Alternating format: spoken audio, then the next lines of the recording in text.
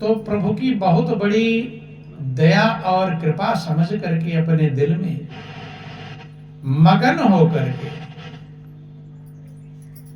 प्रेम में भर करके प्रभु की कृपा को प्राप्त करना चाहिए, दया को प्राप्त करना चाहिए। क्योंकि जब वो कृपा और दया हमें मिलती है, उस कृपा को कोई बिरला संभाल पाता है। यद्यपि परमात्मा की कृपा चींटी से लेकर हाथी तक, ब्रह्मा पर्यंत सबके ऊपर प्रभु की कृपा है। क्योंकि अगर प्रभु की कृपा ना होती तो हम लोग यहाँ बैठे नहीं। प्रभु की मर्जी के बिना एक पत्ता भी नहीं हिलता।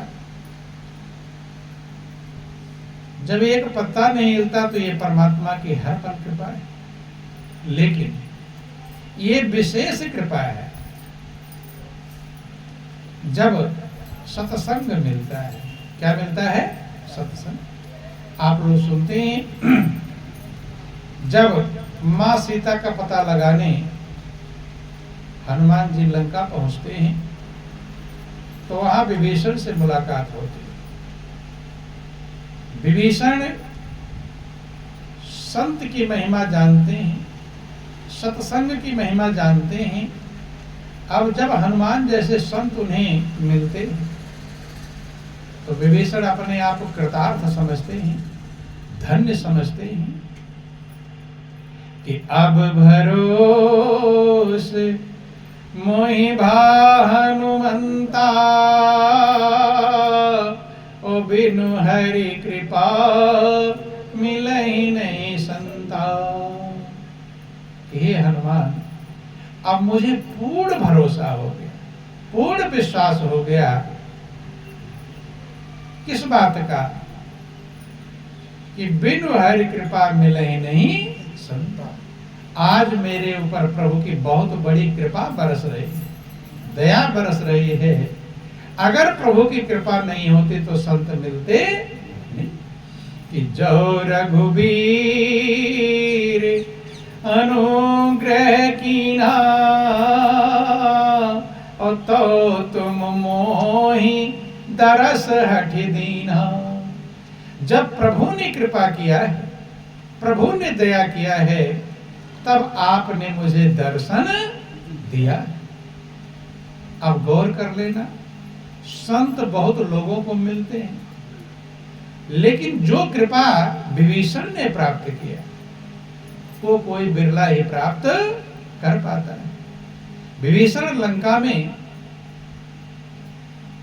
डर के मारे दबे हुए रावण के कारण से रहते थे।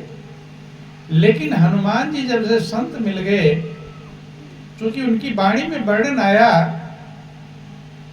कि कैसे मैं इस लंका में रहता हूं, कि सुनहु पवन सुत राहनी हमारी, और जिम दस नन्ही महु जीभ बेचारी। क्या कहूं कैसे रहता हूं? हाल चाल के दौरान जैसे दांतों के बीच में जीभ रहती है। अब दांत और जीभ का प्रसंग गौर करना। दांत 30-32 होते हैं, जीभ एक अकेली है। दांत कठोर है, नुकीले हैं, काटने वाले हैं। जीभ कोमल है, मुलायम। अर्थात राक्षसों के बीच में मैं कैसे रहता हूं, जैसे दांतों के बीच में जीभ संभल संभल कर रहती है। और जरा सी कभी चूक जाता है तो आपके दांत से ही आपकी जीभ कट जाती है। इतना संभलती है, बचती है, क्योंकि उसी में घूमना भी है, उसी में नाचना भी है। जिस शब्द का उच्चारण आपको करना है उसी एंगल पर जब जीभ मुड़ेगी तब वो आवाज निकलेगी। जीभ को मुड़ने में थोड़ा देर, कभी जीभ में छाला हो जाता है तो आप कुछ का कुछ बोल देते हैं, क्योंकि जल्दी मुड़ नहीं पाती है। बंधु, ऐसे मुझे लंका में रहना है, ऐसे रहता हूं। तो हनुमान जी ने कहा फिर भी कोई दिक्कत नहीं, हर समस्या का समाधान है। कोई ऐसी समस्या नहीं जिसका समाधान न हो। हनुमान जी कहते हैं ऐसा भी रहते हो फिर भी कोई बात नहीं, क्योंकि संत के मिलने का फल है। जब संत मिल गए तो वे कहते हैं कि सबके पास पावर है, दांत के पास अपनी पावर है और जीभ के पास अपनी पावर। लेकिन जैसे सबके अंदर एक ही परमात्मा मौजूद है, उसी प्रभु की पावर सबके पास मौजूद है, लेकिन उस पावर को कोई कैसे प्रयोग कर रहा है, कोई कैसे प्रयोग कर रहा है। बंधु कहते हैं कि जीव अपनी शक्ति का इस्तेमाल कर ले तो जो काटने वाले दांत हैं उनको 1 सेकंड में तोड़वा कर जमीन पर गिरवा सकती है, नहीं गिरवा सकती है? किसी को शराब पी के उल्टा सीधा गाली बकेगा और मारेगा, फिर भी गाली बकेगा और सारे दांत टूटकर जमीन पर गिर पड़े। बंधु जीव के पास पावर है कि नहीं? यही जीव, इस जीव से मीठा बोलो तो सब आपके अपने बन जाएंगे, और इसी जीव से उल्टा बोलो तो अपने भी गैर बन जाएंगे। बंधु जीव की ही तो कीमत है। महापुरुषों ने समझाया कि कागा का को धन हरे और कोयल का को दे, ओ मीठा बहन सुनाए के सबको बस कर ले। जब आपके यहाँ कौवा बैठता है, काव काव करता है, 1 बार बोला, 2 बार बोला, 4 बार बोला, फिर कहते भगाओ इसे, जिस परेशान कर रहा है भगाते हैं। और जब कोयल आवाज बोलती है तो तब देखते हैं कहां से आवाज आ रही है, बहुत मीठी बोली है। दोनों ही काले हैं, रंग दोनों का काला है, लेकिन एक को भगा रहे हैं और एक का इंतजार कर रहे हैं कोयल कब आएगी, कब बोलेगी। कारण बाड़ी का अंतर है, जुबान का अंतर है। बंधुओं हर चीज का सदुपयोग और दुरुपयोग है।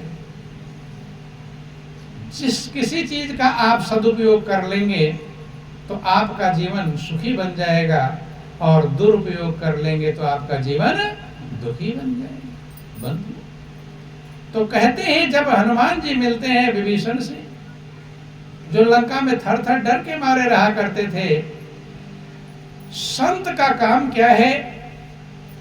प्रभु का पता बताना। किसका पता बताना? भगवान का पता बताना।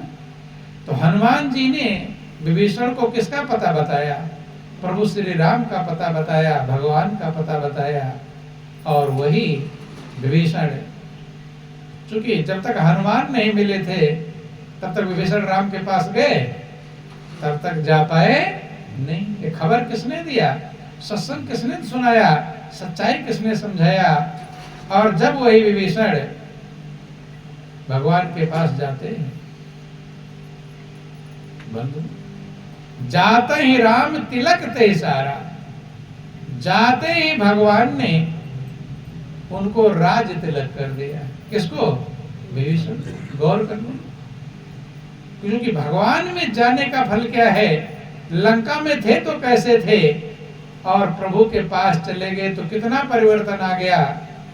जाते ही क्या कर दिया? राज तिलक कर दिया। लोगों ने पूछा कि प्रभु अभी तो आप लंका जीत भी नहीं पाए हैं और राज तिलक कर दिए, भाई लड़ाई है, जीत हार का क्या बात है, कैसे देंगे? तो उन्होंने कहा था कि अगर ये नहीं, अयोध्या तो है, नहीं समझे? अर्थात प्रभु जीव को सब कुछ देने को तैयार हैं, लेकिन जीव लेने लायक बन जाए। जैसे जब बारिश होती है तो सब जगह बरसात होती है, घर में, आंगन में, खेत में, खलिहान में, पहाड़ पर बारिश होता है, लेकिन बरसात के बाद पानी कहाँ मिलता है? जहां गहरा होता है, तालाब होता है। आप देखते बरसात सब जगह हुआ, लेकिन पानी भरा हुआ कहाँ मिलता है? जहां पर गहरा रहता है। जहां क्या वहां ज्यादा बारिश हुई थी क्या? उतनी ही बारिश हुई थी जितना पहाड़ पर हुई, उतना तालाब में हुई, पेड़ पौधों पर हुई। लेकिन तालाब के पास ज्यादा पानी कैसे आ गया? वो गहरा है। आसपास के क्षेत्रों का पानी बहकर तालाब के पास इकट्ठा हो गया। ऐसे प्रभु की कृपा सब पर बरसती है, लेकिन जो अपने हृदय को गहरा कर लेता है, जो अपने आप को छोटा समझ लेता है, जो अपने आप को अहंकार को मिटा देता है, तो उसके पास कृपा इकट्ठी हो जाती है, पहुंच जाती है। रामायण में लिखा गया कि सिमट सिमट जल भरहि तलावा, और जिम सद्गुण सज्जन पहियावा। जैसे तालाब में सब तरफ का पानी सिमट सिमट करके इकट्ठा होकर के आ जाता है, ऐसे जिसका हृदय सज्जन होता है, जिसका विचार में सज्जनता होती है, महानता होती है, उसके सारे अच्छे अच्छे गुण अपने आप आने लगते हैं, वो ढूंढने की जरूरत नहीं पड़ती। अब तालाब ने क्या खेत से कहा कि अपना पानी तुम्हारे खेत में जो बरसेगा मुझे देना, मांगा? उसे मांगने की जरूरत, पहाड़ से भी मांगने की जरूरत नहीं पड़ी, सबका पानी आ गया अपने आप, क्योंकि वो गहरा है। बंधुओं, ऐसे आपके हृदय में जब ये भाव होगा कि मैं कुछ नहीं हूं, अहंकार नहीं होगा, चूंकि प्रभु के पास जाने के लिए सबसे बड़ी बाधा है वो अहंकार है। क्या है? अहंकार। ये रोक देता है, ये अड़चन है, ये बाधा है। महापुरुषों ने, संतों ने समझाया कि जब मैं था तब हरि नहीं, और अब हरि है मैं नाई। प्रेम गली अतिसा करी, तामे दो न समान। कहते जब तक रहेगा तब तक हरि नहीं रहेंगे। अर्थात दोनों का एक विरोधाभास है। जैसे सूरज रहेगा तो अंधकार नहीं रहेगा, ऐसे ही आपके अंदर मैं रहेगा तो परमात्मा रहने वाला नहीं। और मैं ही दुख का कारण है, अहंकार ही दुख का कारण है। रामायण में लिखा गया, अहंकार आदि दुखद डमरुआ, दुख देने वाला है। और जिसके पास ज्यादा अहंकार रहता ज्यादा दुखी, कम अहंकार रहता है कम दुखी। लेकिन बंधु, रहता सबके पास है, अहंकार सबके पास रहता है कि नहीं को वस जन्मा जग माही, और प्रभुता पाई जाहि मद नहीं। कहते ऐसा कोई जन्मा ही नहीं है जिसको कोई गुण पाकर और अहंकार ना आवे। सबके अंदर कोई ना कोई अहंकार है। किसी को धन का अहंकार है, किसी को बल का अहंकार है, किसी को अपनी पढ़ाई लिखाई का अहंकार है, किसी को चतुराई चालाकी का अहंकार है? किसी को अपने बेटे का अहंकार है? किसी को मुख्यमंत्री प्रधानमंत्री का अहंकार है, पद प्रतिष्ठा का अहंकार है। कोई ना कोई अहंकार मौजूद रहता है, और यही प्रभु के पास जाने से रोक देता है बंधु। लेकिन अहंकार मिटेगा कब? अहंकार मिटाने का एक साधन जो महापुरुषों ने समझाया, पहले जब लोग संत महापुरुषों के पास जाया करते थे तो आप लोग सुनते होंगे उनसे भिक्षा मंगवाई जाती थी। क्या मंगवाया था? भिक्षा। राजा महाराजा भी जब गुरु के दरबार में जाते थे तो राजा भी जाकर भिक्षा मांगते थे। क्या मांगते थे? भिक्षा। तो जिसके यहाँ राजा जाकर बर्तन झाड़ू पोछा लगा रहा हो, सेवा कर रहा हो, तो क्या वहां खाने की कमी होगी? इसलिए भीख मांगने जा रहे हैं? आज राजाओं के आप किले देखते हैं, सैकड़ों सैकड़ों साल हो गए लेकिन किले आज तक टूटे नहीं। क्यों? राजा के पास जब इतना व्यवस्था था, धन के भंडार, सोने चांदी हीरे मोती रहा करते थे, अगर गुरु दरबार में खाने की जरूरत थी तो एक बार राज्य से ले जाता, पूरी जिंदगी भर वहां खाने के लिए खत्म नहीं। लेकिन क्यों कहते जाओ भिक्षा मांग कर लाओ? अहंकार को मिटाने के लिए। किसको मिटाने के लिए? क्योंकि गुरु के दरबार में वही राजा बैठेगा, वही उसका नौकर बैठेगा। तो आज भी थोड़ा आदमी बड़ा हो, पैसे वाला हो, धनी हो, पद प्रतिष्ठा वाला हो, और उसी के बगल में छोटे गरीब को बिठा दो तो झंझट हो जाएगा, नहीं हो जाएगा? उठ जाएगा, वहां से देखेगा ये कैसे बैठ गया मेरे पास। ध्यान देना, जबकि आज ऊंच नीच का भेद बहुत कम हो गया है, फिर भी है अंतर, और पहले तो बहुत ज्यादा अंतर था।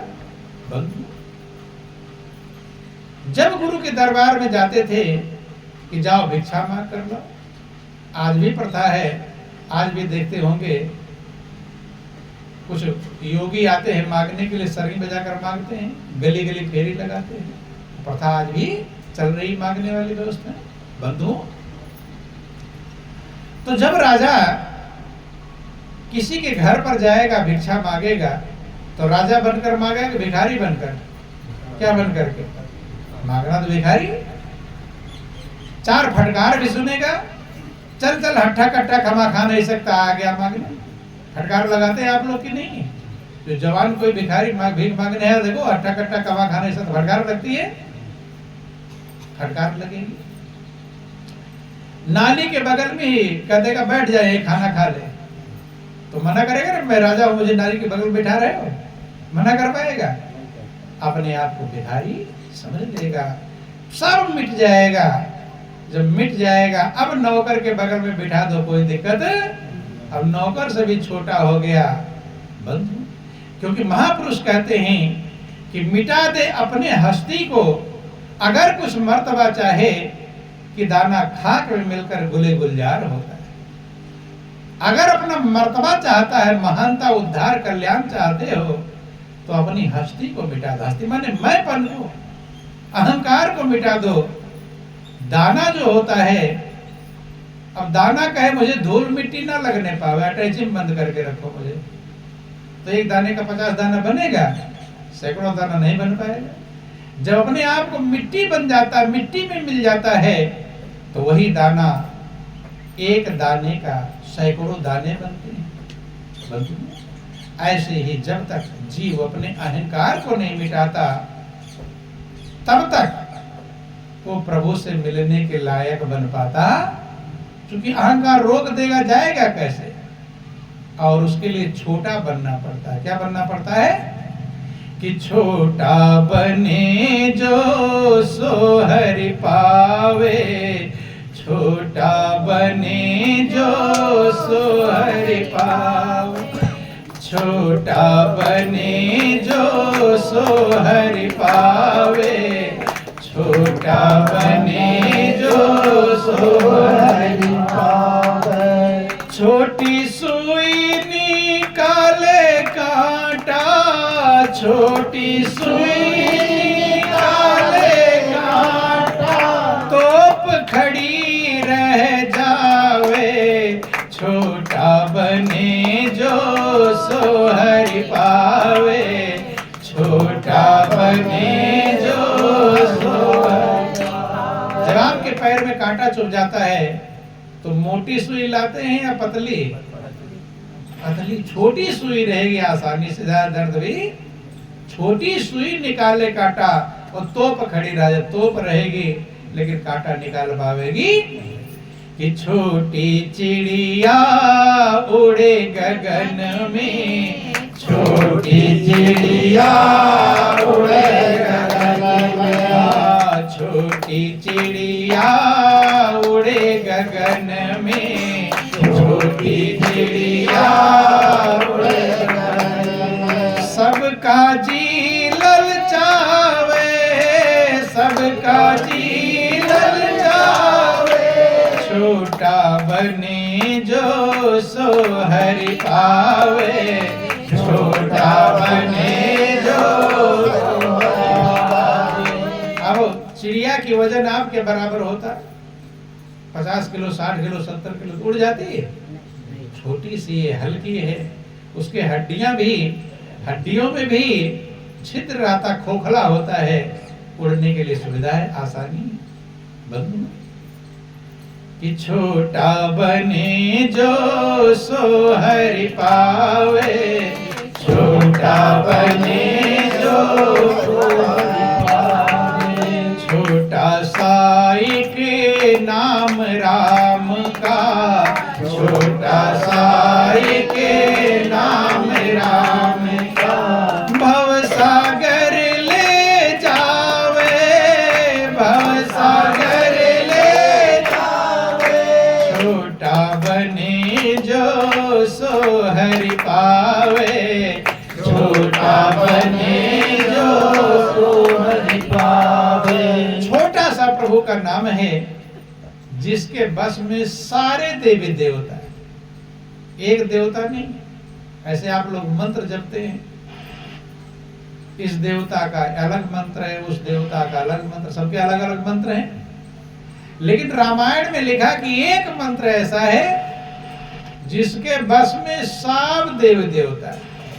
आप लोग रामायण पढ़ते हैं, लिखा है, लेकिन कोई ढूंढने का प्रयास करता नहीं।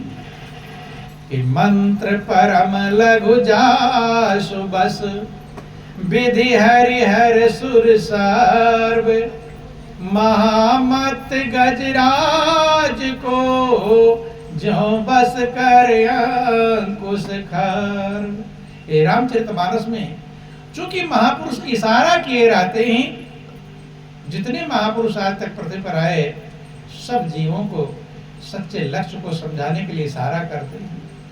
अब इशारे को जो समझ जाता है वो पार हो जाता है, वो जो नहीं समझ पाता वो मझधार में फंसा रह जाता है। रामचरितमानस का अखंड पाठ करते रहते हैं।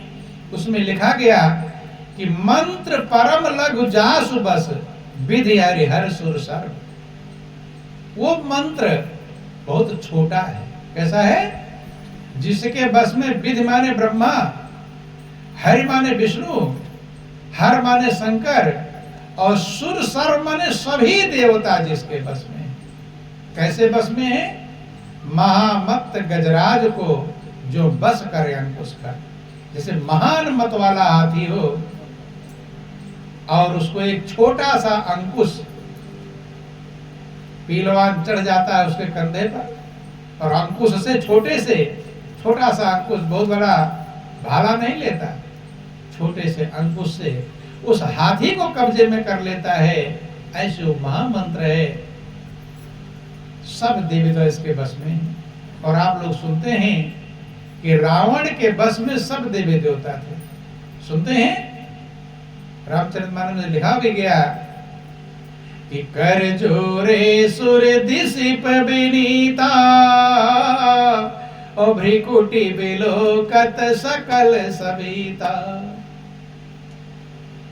हाथ जोड़े रावण के सामने देवता दिक्पाल विनम्र भाव से विनती के भाव में खड़े हैं, डरे हुए खड़े हैं। अब सोच लो, यहाँ देवी देवता का पूजा करते करते जिंदगी पूरी बीत जाती है। वो देवता आते हैं कि बताओ क्या हाल चाल है तुम्हारा, है? हाथ जोड़े खड़े होने को कौन कहे? हाल चाल भी पूछते नहीं। हाँ, हमने ये तो सुना है कि देवता अगर नाराज हो जाए तो तुम्हें परेशान करना शुरू कर देते हैं। करते हैं कि नहीं करते? जब कोई झंझट आ रही, बीमारी आ रही, परेशानी आ रही है, तो लोग कहा जाते हैं पंडित पुजारी के पास, कहते भाई तुम्हारे देवता बिगड़ गए हैं। क्या हो गए हैं? बिगड़ गए हैं। अब उन्हें ले जाओ, गंगा नहला लाओ, कहते हैं तीर्थ कराओ। तो क्या कर रहे हैं? परेशान कर रहे हैं कि खुश कर रहे हैं? क्या कर रहे हैं? खुश करते तब तुम काहे के लिए गंगा नहाने ले जाते? नहीं समझ में? परेशान करते हैं, देवता परेशान कर रहे हैं। भागवत कथा करा तो आप सुनते हैं, आप लोग ये तो सुनते हैं, लेकिन ये नहीं सुनते कि इसके बस में देवी देवता मौजूद है। लेकिन रावण का आप सुनते हैं कि रावण के बस में सब देवी देवता थे। इसका मतलब है कि रावण को उस मंत्र का ज्ञान था जिसके बस में सब देवी देवता आते हैं, तभी तो बस में। रावण ने कौन सी भक्ति किया? सबको बस में कर लिया। और आप लोग भी भक्ति करते हैं। किसी के बस में एक देवता हो गया, बता दो थोड़ा। अगर हो गया हो तो कोई जैसा आर्डर दोगे वैसा करेगा? हुआ? आप उसके बस में हैं, वो नाराज हो जाएगा, डराएगा, धमकाएगा, ये ले चलो, कहेगा गंगा मुझे नहाने ले चलो, तो ले जाओ गंगा नहाना। आप बस देवताओं के बस में हो जाते हो, लेकिन देवता आपके बस में होते नहीं बंधु। जबकि मनुष्य की जिंदगी देव दुर्लभ कहलाती है। क्या कहलाती है? देवताओं को भी दुर्लभ है। आपको जिंदगी में थोड़ा समझना, आप लोग पढ़ते हैं रामायण में, भगवान श्री राम ने अयोध्या वासियों को समझाते हुए बात स्पष्ट किया था कि हे बंधुओं, आपके बहुत बड़े भाग्य हैं जो आपको मनुष्य का चोला मिला है। ये देव दुर्लभ है। क्या है? देवताओं को भी दुर्लभ कि बड़े भाग्य मानुष तन पावा, सुर दुर्लभ सब ग्रंथ निगावा। कि हे भाइयों, आपके बहुत बड़े भाग्य हैं जो आपको मनुष्य का चोला मिला है। ये देवताओं को भी दुर्लभ है। देवताओं को जो नहीं मिला वो तुम्हें मिल गया है। मिल गया कि नहीं?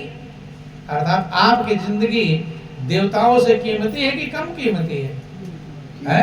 कीमती है।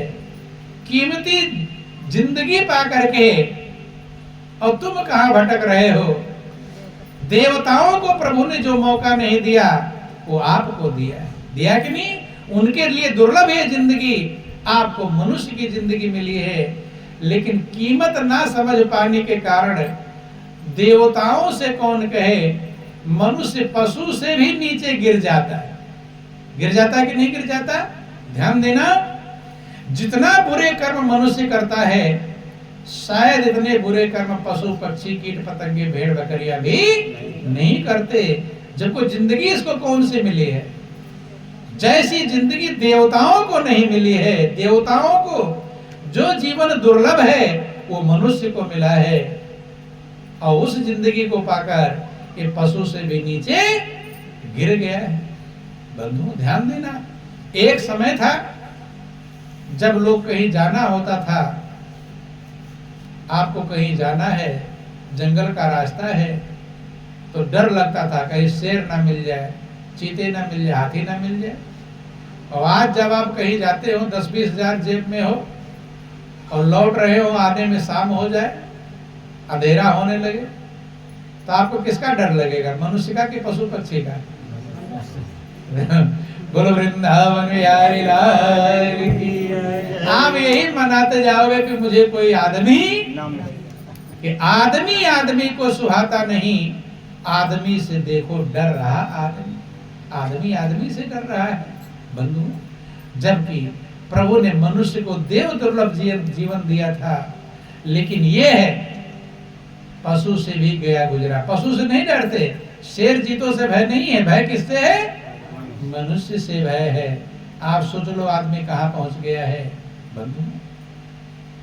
क्योंकि अपनी कीमत कदर ना समझ पाने के कारण। प्रभु ने तो कृपा कर दिया, लेकिन अगर हम कीमत नहीं समझ पाएंगे तो इस जिंदगी का लाभ नहीं उठा पाएंगे। जिंदगी यूं ही चली जाएगी।